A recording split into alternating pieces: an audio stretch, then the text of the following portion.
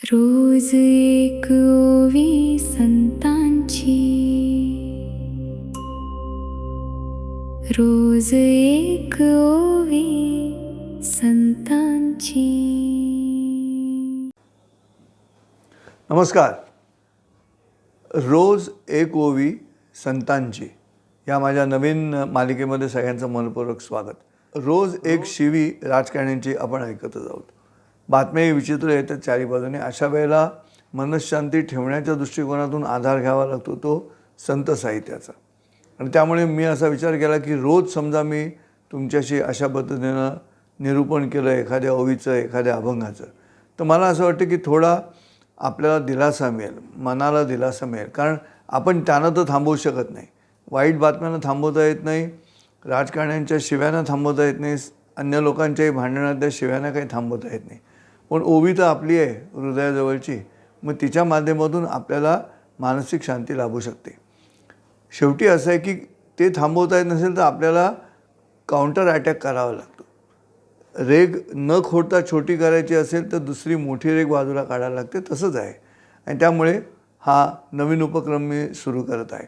कारण हेड नसलेल्या लोकांची जी भाषा आहे ती भाषा हेडलाईन्समध्ये येते आहे आणि म्हणून ही सगळी अडचण निर्माण होते आपल्यासारख्या माणसांसाठी. आणि म्हणून रोज एक ओवी संतांची असा एक उपक्रम नव्यानं सुरू करत आहे. जसं तुम्ही त्या एकतरी शिवी राजकारण्यांची किंवा अन्य कोणाची याला महत्त्व देता आणि त्यांना व्ह्यूज देता, त्यांची बोलणी ऐकता, पण मग अशा पद्धतीनं जरा वेगळा विचार करून मी तुमच्यासमोर हा मुद्दा मांडणार आहे.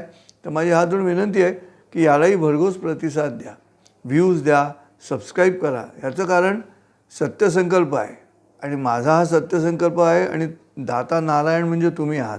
त्यामुळे तुम्ही या पद्धतीनं प्रतिसाद दिला तर आपल्याला काउंटर अटॅक, आक्रमण करता येईल. तुम्ही म्हणाल आक्रमण कशासाठी? तर आ हे अक्षर नेहमी आतून बाहेर जातं.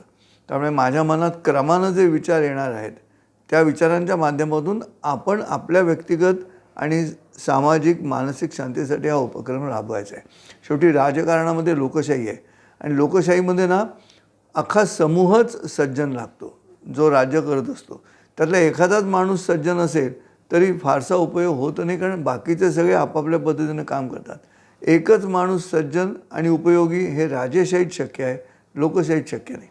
त्यामुळे राजा कालस्य कारणम तेव्हा शक्य आहे जेव्हा राजा काम करतो आहे. इथे जेव्हा समूहानं राज्य चालतं लोकशाहीच्या नियमाप्रमाणे, तिथे हा प्रश्न येणार आहे. आणि म्हणून आपल्या व्यक्तिगत आयुष्यामध्ये कशासाठी हा गोंधळ घालायचा?